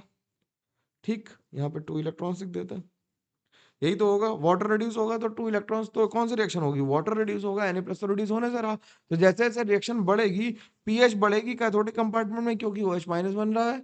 ठीक, और हाइड्रोजन गैस कहाँ लिबरेट होगी, कैथोड पे, और CO2 लिबरेट होगी कहाँ पे, एनोड पे। ये बात ध्यान रखना, इंपॉर्टेंट बात है, मेंस में डायरेक्टली पूछी जा सकती है। ठीक, अब इलेक्ट्रोलिसिस करने के लिए हमें लॉ भी चाहिए होगा, तो लॉ कौन सा होता है, फैराडेज लॉ। फैराडेज लॉ बहुत इंपॉर्टेंट है, डायरेक्टली पेपर में भी लिखने को आ सकता है, बोर्ड में भी अगर तुम्हें देना हो तो, और मेंस में तो डायरेक्ट स्टेटमेंट पूछा ही जा सकता है कि कौन सा स्टेटमेंट सही है या गलत है। तो फर्स्ट लॉ कह रहा है कि the amount of any substance liberated और deposited at any electrode, the amount of substance deposited और liberated at any electrode is directly proportional to the quantity of charge passed through it। कितना charge पास किया उस पर depend करेगा कि कितना wait deposit हो रहा है। तो Q is directly proportional to W हो जाएगा, तो Q को हम क्या लिख देंगे, प्रोपोर्शनल टू IT, और Q W is equal to क्या हो जाएगा, ZIT। तो Z क्या कहलाता है, Z electrochemical equivalent of the substance कहलाता है, और Z की वैल्यू E/96500 लिखते हैं। E को हम क्या कहते हैं, इक्विवेलेंट मास है, और F क्या है, फैराडे है। फैराडे हम लोग पहले ही बात कर चुके हैं। तो इलेक्ट्रोकेमिकल इक्विवेलेंट को अगर हम डिफाइन करना चाहें तो इलेक्ट्रोकेमिकल इक्विवेलेंट क्या है, electrochemical equivalent is that mass of a substance which liberates और deposited at any electrode when 1 ampere current is pass through the solution for 1 second. यानी 1 कूलम चार्ज पास करने पे जो वेट डिपॉजिट हो रहा है वो इक्विवेलेंट वेट के इलेक्ट्रोकेमिकल इक्विवेलेंट के बराबर होना चाहिए। ठीक, सेकंड लॉ क्या कहता है कि जब अगर हम दो अलग अलग सब्सटेंस ले लें और उनमें सर्टेन अमाउंट ऑफ चार्ज पास करें तो वो अपने अपने इक्विवेलेंट वेट के रेशियो में ही डिपॉजिट होंगे। ठीक है, तो अंग्रेजी में पढ़ देता हूं इस बात को। क्या कह रहा है, the mass of substance deposited और liberated at any electrode on passing a certain amount of current is directly proportional to its chemical equivalent weight. ठीक, तो W1/W2 इज इक्वल टू क्या हो गया, E1/E2 हो गया। इक्विवेलेंट मास क्या होता है, molar mass upon N factor हो गया। अब इसके बाद बात आती है रेजिस्टेंस की। हम लोग धीरे धीरे अब फिजिक्स की तरफ चल रहे हैं, रेजिस्टेंस की बात करते हैं। रेजिस्टेंस क्या होता है, hindrance provided by conductor wire in the passage of current. तो आर प्रोपोर्शनल होता है एल बाई ए के, एल लेंथ है और ए है area of cross section. Rho resistivity है, अगर R equal to rho L by A लिख दें। और रेजिस्टिविटी कौन सा है? रेजिस्टिविटी वो रेजिस्टेंस है जो एक कंडक्टर वायर जो इसकी लेंथ 1 यूनिट है और उसका क्रॉस सेक्शनल एरिया अगर यूनिट है तो रेजिस्टिविटी रेजिस्टेंस के बराबर हो जाएगी। कंडक्टेंस क्या होगा? रेजिस्टेंस का उल्टा, कि करंट कितनी तेजी से पास हो सकता है। ठीक, तो जी इज इक्वल टू हो गया 1/r, और इसकी यूनिट याद रखना कि सीमेंस होती है इसकी यूनिट। इसकी यूनिट क्या होती है? सीमेन होती है। ठीक, तो स्पेसिफिक कंडक्टेंस क्या हो गया? स्पेसिफिक कंडक्टेंस या कंडक्टिविटी को क्या लिखेंगे? कप्पा इज इक्वल टू 1/रो लिख देंगे। इसे क्या कहेंगे? कप्पा। तो कप्पा इक्वल टू रो की वैल्यू लिख R into A by L, तो कप्पा इज इक्वल टू हो गया 1/r इंटू एल बाई ए। इसकी जरूरत कई बार पड़ेगी, ध्यान रखना। 1/r को जी लिख सकते हैं, और एल बाई ए को हम कहते हैं cell constant. L by A को हम क्या कहते हैं? सेल कांस्टेंट कहते हैं। For a given cell it is a constant. For a given setup it remains constant. For a given setup it remains constant. कैसा रहता है? फिक्स रहता है। ठीक है, तो यूनिट ऑफ कप्पा क्या हो गई? ओम। सेंटीमीटर अपॉन सेंटीमीटर को ओम इनवर्स, सेंटीमीटर इनवर्स या फिर सीमेन मीटर इनवर्स करेंगे। ध्यान रखना सीमेन के साथ ऐसा यूनिट यूज होगी कभी भी। अब कंडक्टिविटी ऑफ सोल्यूशन की बात करें। कंडक्टिविटी ऑफ सोल्यूशन, क्योंकि हम सोल्यूशंस में डील कर रहे हैं, हम लोग वायर को तो खींच खींच के लंबा कर नहीं रहे हैं, फिजिक्स की तरह है कि नहीं। तो कंडक्टिविटी कैसे हम कर सकते हैं? इक्विवेलेंट कंडक्टेंस हो सकता है या मोलर कंडक्टेंस हो सकता है। इक्विवेलेंट कंडक्टेंस क्या होगा? कि conductivity of all ions present in all ions produced by 1 gram equivalent of an electrolyte in a given solution is called equivalent conductance. मतलब 1 ग्राम इक्विवेलेंट अगर हम इलेक्ट्रोलाइट पानी में डिसॉल्व कर दें तो उससे सारे आयंस मिलकर जितनी कंडक्टिविटी करेंगे उसे हम कहेंगे लैम्डा इक्विवेलेंट, और इसे कैपिटल लैम्डा कहते हैं। अब कैपिटल लैम्डा और कप्पा में रिलेशन निकालना हमें। ठीक, इक्विवेलेंट कंडक्टेंस और स्पेसिफिक कंडक्टेंस में अगर हमें रिलेशन निकालना हो तो हमने मान लिया कि 1 ग्राम इलेक्ट्रोलाइट को हमने VML सॉल्यूशन में डिसॉल्व किया, तो सारे आयंस जो होंगे वो 1 ग्राम इक्विवेलेंट के किस में प्रेजेंट होंगे? VML में। तो लैम्डा को इक्विवेलेंट को हम लिख सकते हैं कंडक्टेंस ऑफ एक वॉल्यूम 1 cc का मतलब कंडक्टेंस इनटू वॉल्यूम इन cc। तो कप्पा को हम लैम्डा को लिख सकते हैं कप्पा इंटू वी। क्यों? क्योंकि कप्पा इज इक्वल टू क्या होता है? जी इंटू एल बाई ए। अगर हम इसे 1 लेंथ और 1 क्रॉस सेक्शनल एरिया ले लें तो वॉल्यूम कितना हो जाएगा? 1 ही हो जाएगा। ठीक, नॉर्मेलिटी क्या लिख सकते हैं? Number of gram equivalents upon volume, तो वॉल्यूम की वैल्यू 1/n इंटू 1000 लिख सकते हैं। तो लैम्डा की वैल्यू जो आ जाएगी वो कप्पा इंटू 1000/n आ जाएगी। ठीक, कोई दिक्कत नहीं। तो यूनिट हम इसकी क्या लिखेंगे? Ohm inverse centimetre square equivalent, और सीमन मीटर स्क्वायर और पर इक्विवेलेंट। और ये यूनिट तब यूज करेंगे जब हम लोग सेंटीमीटर स्क्वायर वाला यूज कर रहे हैं। फॉर्मूला ध्यान रखना, इसमें जो यूनिट होगी वो हम ये वाला फॉर्मूला यूज करेंगे, इसके लिए ये नहीं यूज करेंगे क्योंकि हमने वॉल्यूम को ml में लिया। मीटर क्यूब में लोगे तो डिवाइड बाई 1000 हो जाएगा, ध्यान रखना। इसी तरह से मोलर कंडक्टेंस लेंगे तो मोलर कंडक्टेंस डिफाइन कैसे करेंगे? Conducting power of all ions produced by 1 mole of electrolyte in a given solution. तो नॉर्मेलिटी की जगह मोलरिटी लिख दी, और स्पेरिंगली सॉल्युबल सॉल्ट होगा तो हम क्या लिख देंगे? उसकी सॉल्युबिलिटी लिख देंगे। ठीक है, वेरिएशन विद डाइल्यूशन, तो कहते हैं ऑन लोअरिंग कंसंट्रेशन। अगर हम कंसंट्रेशन कम करेंगे तो क्या होगा? मोलर कंडक्टेंस और इक्विवेलेंट कंडक्टेंस क्या होंगे? बढ़ेंगे, लेकिन स्पेसिफिक कंडक्टेंस क्या हो जाएगा? कम हो जाएगा। मोलर कंडक्टेंस और इक्विवेलेंट कंडक्टेंस में क्योंकि कॉन्सेंट्रेशन 1/, आ रहा है, क्योंकि कॉन्सेंट्रेशन कैसा आ रहा है? 1/, आ रहा है, दिख रहा है? कॉन्सेंट्रेशन 1/, आ रहा है, तो कॉन्सेंट्रेशन कम होने का मतलब है लैम्डा एम और लैम्डा इक्विवेलेंट क्या होंगे? बढ़ेंगे। ठीक है, ऑन डाइल्यूशन आयनिक मोबिलिटी बढ़ती है और स्टेरिक हिंड्रेंस कम हो जाता है। ठीक, on increasing dilution number of ions per unit volume कम हो जाते हैं, इसलिए कप्पा क्या होता है? डिक्रीज कर जाता है। ठीक है, इनफाइनाइट डाइल्यूशन पे क्या होगा कि भाई जितना भी इलेक्ट्रोलाइट होगा सब टूट टाट के बराबर हो जाएगा। तो मोलर कंडक्टिविटी या इक्विवेलेंट कंडक्टेंस क्या होता है? अपनी मैक्सिमम वैल्यू अटेन कर लेता है इनफाइनाइट डाइल्यूशन पे। ठीक है, तो उसे हम इनफाइनाइट डाइल्यूशन या जीरो कॉन्सेंट्रेशन कह सकते हैं। स्ट्रॉन्ग इलेक्ट्रोलाइट के केस में हम लोग डिसोसिएशन को रिस्पॉन्सिबल नहीं मान सकते, क्योंकि वो हमेशा ही क्या होते हैं? पूरे पूरे डिसोसिएट हो जाते हैं। ठीक, so increase in conductance is due to ionic mobility and जो इंटर आयनिक रिपल्शन थे उनकी कम होने की वजह से कंडक्टिविटी बढ़ती है। लेकिन वीक इलेक्ट्रोलाइट के केस में कंडक्टेंस इसलिए बढ़ जाता है कि उनका डिसोसिएशन बढ़ जाता है, डिग्री ऑफ डिसोसिएशन यानी अल्फा बढ़ जाता है। ठीक, स्ट्रॉन्ग इलेक्ट्रोलाइट्स के लिए हम ऑन्सगर इक्वेशन यूज करते हैं। ऑन्सगर इक्वेशन क्या करती है? Lambda M is equal to lambda M not minus A under root C. C concentration of electrolyte है और ए जो है वो कांस्टेंट है for a given solvent temperature and only depends upon the type of electrolyte. इसके लिए जब हम ग्राफ बनाते हैं, ये डायरेक्टली सवाल पेपर में पूछा जा चुका है, एडवांस में भी और मेंस में भी आने की एक बार ही आ चुका है और फिर आने की संभावना है इसकी। अगर हम ग्राफ बनाएंगे कॉपर सल्फेट, NaCl, और इसके लिए अगर हम तीनों के लिए ग्राफ ड्रॉ करें NaCl और KCl के लिए, तो KCl के लिए सबसे ऊपर आ रहा है क्योंकि KCl का आयनिक कैरेक्टर सबसे ज्यादा है, कॉपर सल्फेट का सबसे कम, और वीक इलेक्ट्रोलाइट्स के लिए इनफाइनाइट एसिम्प्टोटिक हाइपरबोला बन जाता है। ठीक है, तो वीक इलेक्ट्रोलाइट जैसे एसिटिक एसिड के लिए। और हमें डिग्री ऑफ डिसोसिएशन अगर निकालना हो तो उसे हम अल्फा को क्या लिख सकते हैं, एम अपॉन एम नॉट लिख सकते हैं, lambda M upon lambda M naught लिख सकते हैं, या फिर हम ये कह सकते हैं क्या, जो अल्फा है वो lambda M upon lambda M infinite के बराबर है, क्योंकि इनफाइनाइट पे क्या होगा, मैक्सिमम होगा क्या, कंडक्टेंस या कंडक्टिविटी, मोलर कंडक्टिविटी सबसे ज्यादा होगी, ये कह सकते हैं कि नहीं कह सकते आसानी से। ठीक, इसके बाद जो बात आती है वो कोलरेश लॉ की आती है कि इनफाइनाइट डाइल्यूशन पे जब डिसोसिएशन कंप्लीट हो जाता है तो हर आयन डेफिनेट कंट्रीब्यूशन करता है किसमें, कंडक्टेंस में। तो जब हम ओवरऑल कंडक्टेंस निकालेंगे पूरे सोल्यूशन का तो हर आयन के कंट्रीब्यूशन को काउंट करेंगे। ठीक है, मान लो चीटी ने भी कुछ कंडक्टेंस किया तो उसे भी काउंट करना पड़ेगा। ठीक, अगर हम किसी इलेक्ट्रोलाइट के लिए लिखना चाहे तो हम क्या लिख सकते हैं, lambda M naught is equal to lambda naught plus plus lambda naught minus, या कोई arbitrary A X B Y type का इलेक्ट्रोलाइट है जिसने एक्स ए वाई प्लस बनाया और वाई बी एक्स माइनस बनाए, तो लैम्डा एम की value X A lambda Y plus और Y B lambda X minus के बराबर हो जाएगी। अब हम लोगों को सवालों को देखना है, सवाल लगाने हैं। ठीक है, तो सवाल लगाना शुरू कर सकते हैं, गुड टू गो। ठीक है, बहुत सारा बोलना पड़ता है। ठीक, फायदा हो रहा है, हम उम्मीद करते हैं, घंटा हो गया हम लोगों को बोलते हुए, कुछ तो फायदा हुआ होगा, और पूरा इलेक्ट्रोकेमिस्ट्री रिवाइज होके तुम कम से कम PYQ 15 तो ये लगाना, और कम से कम 10 PYQ और लगा लेना, तुम्हारे सारे कंसेप्ट एकदम क्लियर हो जाएंगे। इलेक्ट्रो का सवाल पेपर में बनेगा तुमसे। हमसे क्या करा अब, 5.0 milli moles per decimeter cube, यानी कि हमें मोलैरिटी गिवन है ऑफ एन एक्वा सॉल्यूशन ऑफ KCl has conductance of 0.55 millisiemens when measured in a cell constant, जिसको 1.3 सेंटीमीटर है। Molar conductance of the solution हमें लैम्डा एम क्यू निकालनी है सीमेन मीटर में। ठीक है, तो हमें मोलैरिटी दी है कितनी, 5 इंटू 10⁻³ मोल पर लीटर दी है। ठीक, और हमें जो कंडक्टेंस दिया हुआ है, यानी जो चलो सेल कांस्टेंट दिया हुआ 1.3 सेंटीमीटर इनवर्स दे रखा है। यूनिट के साथ लिखेंगे, इसमें यूनिट से ही फंस जाते लोग, है ना, बताओ कमेंट करके कि यूनिट में ही दिक्कत होती है ना।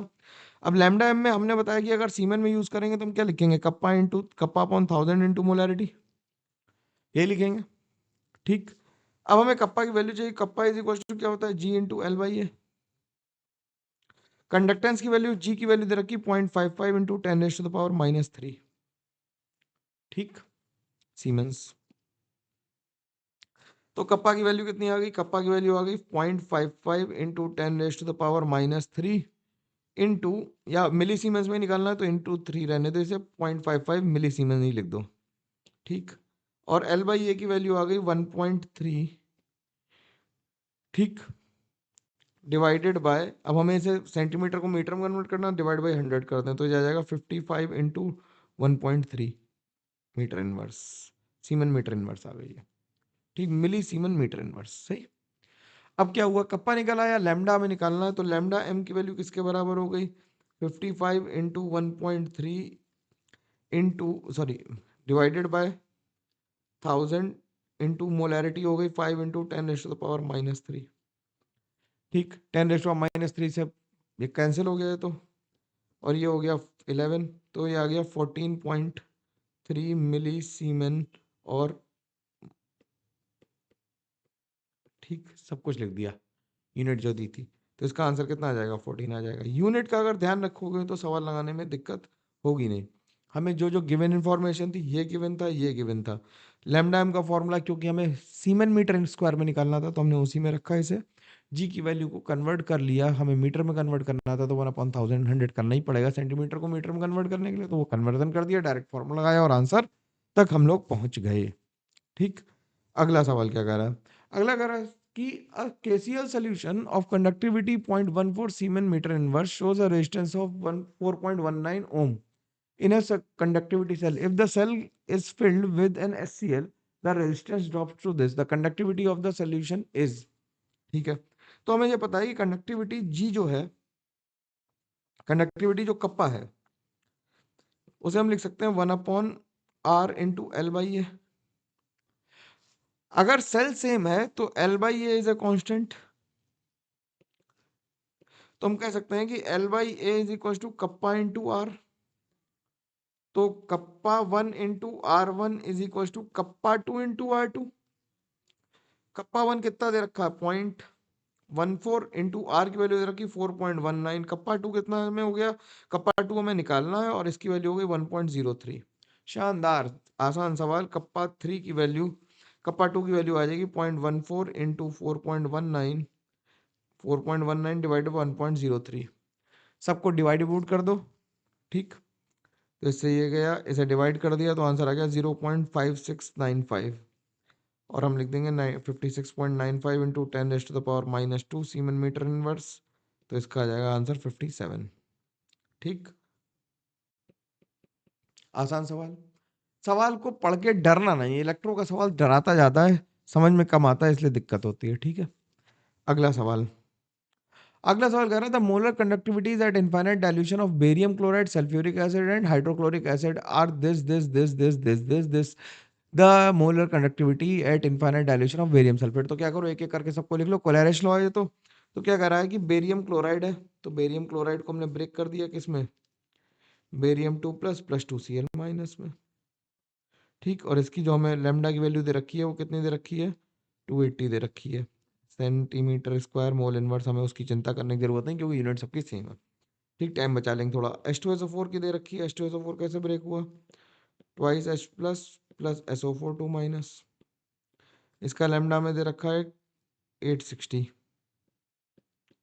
ठीक, और हमें दे रखा है HCl का H प्लस और Cl माइनस। इसका लेमडा दे रखा है 426। ठीक, और हमें निकालना है बेरियम सल्फेट का। बेरियम सल्फेट कैसे बना होगा, बेरियम 2 प्लस और SO4 2 माइनस हमें चाहिए, बाकी सबको कट पिट जाना चाहिए। तो कट पिट जाना चाहिए तो 1 2 3 अगर हम इसे कर लें तो बेरियम हमें पहले चाहिए, तो इसके लिए लेमडा जो फाइनल होगा वो होगा लेमडा ऑफ 1,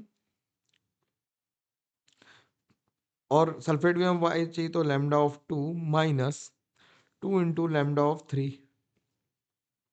तो इसे लिख दो जरा भाई, कितना 280 प्लस 860 माइनस 2 इंटू 426। क्योंकि क्या होगा 2Cl हमें चाहिए और 2Cl इसे हम माइनस करना पड़ेगा क्योंकि हमें Cl लेफ्ट में ले जाना पड़ेगा, इससे Cl से Cl और HCH कट जाए।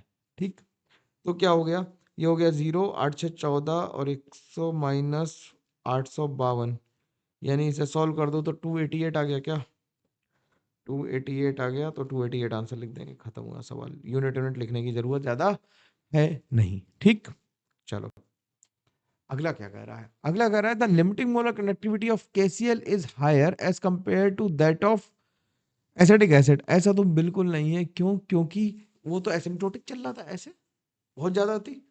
याद आ रहा, ग्राफ तो ऐसे चल रहा था ना, वीक एसिड का, इसका ऐसा था। The molar conductivity decreases with increase in concentration of, decrease in concentration ये भी गलत बात है क्योंकि मोलर कंडक्टिविटी किसके प्रोपोर्शनल होती है, इनवर्सली प्रोपोर्शनल होती है कॉन्सेंट्रेशन के, तो वो तो बढ़ेगी। तो दोनों स्टेटमेंट फॉल्स हैं, तो फॉल्स वाला आंसर लगा देंगे, फॉल्स वाला। ठीक है, अगला सवाल क्या कह रहा है। अगला सवाल कह रहा था conductivity of a weak acid Ha of concentration 0.001 mole per litre is this. Lambda M हमें दे रखा है, द आयनाइजेशन कांस्टेंट के की वैल्यू हमसे पूछी है। ठीक है, तो ये तो आसान सवाल है, कैसे करेंगे। Lambda M is equal to हो जाएगा कप्पा इंटू 1000/m।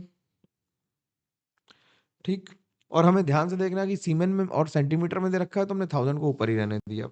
तो ये हो गया 2 इंटू 10⁻⁻5 इंटू 1000 डिवाइडेड बाई 0.001। तो ये हो गया 2 इंटू 10⁻6 इंटू 10⁻⁻5। तो ये हो गया 20 siemens metre square mole inverse आ गया।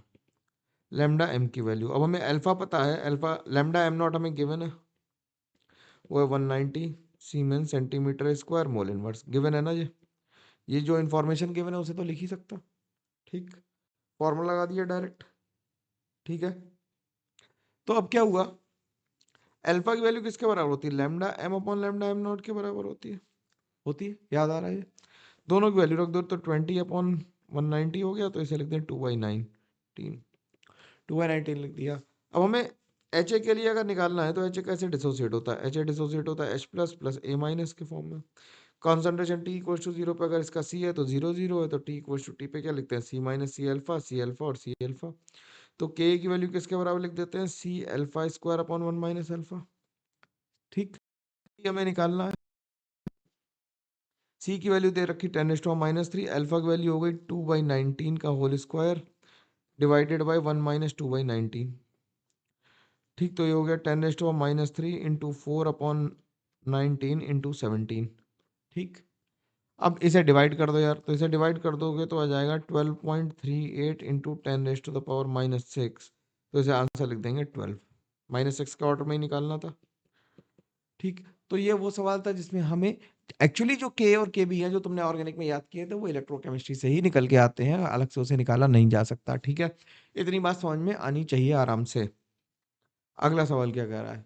अगला कह रहा है for K I the molar conductivity increases steeply with dilution. नहीं, बिल्कुल नहीं भैया, के आई तो स्ट्रॉन्ग इलेक्ट्रोलाइट हमेशा पूरा टूटा रहता है। For carbonic acid molar conductivity increases slowly with dilution, बिल्कुल गलत बात है।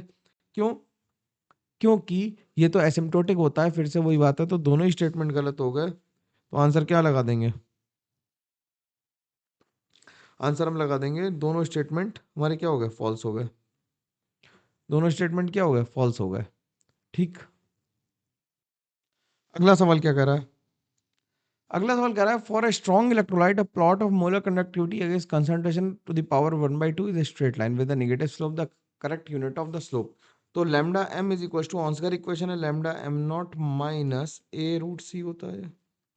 तो इसकी यूनिट हो गई क्या? Siemens centimetre square mole inverse, यही होती है। ऊपर देख लो, अभी तो नकल करने का मौका है, देख लो भाई।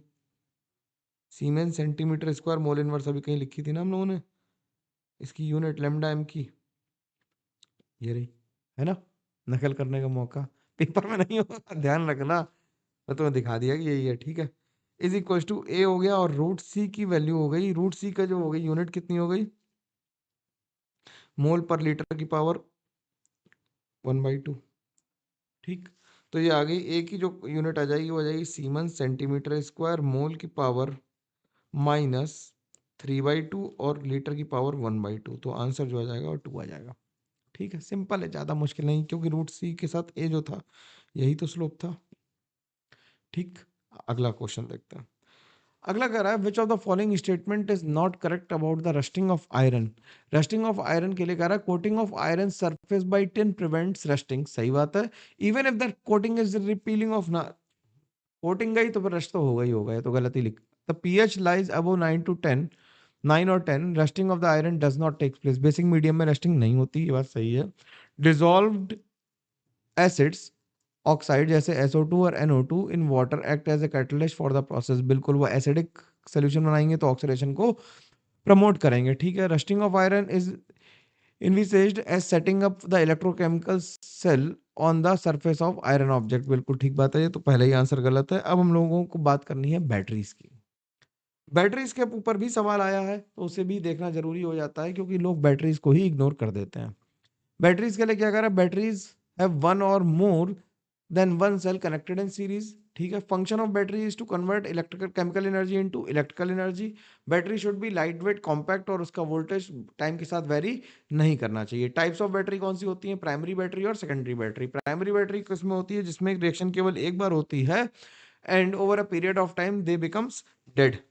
ठीक है, तो और उन्हें दोबारा यूज नहीं कर सकते। Most familiar example of this type of dry cell Leclanche cell कह सकते हैं, is used in the clocks and the transition pencil cell जिन्हें होते हैं उन्हें हम प्राइमरी बैटरी कहते हैं। ठीक है, उन्हें हम क्या कहते हैं? प्राइमरी बैटरी कहते हैं।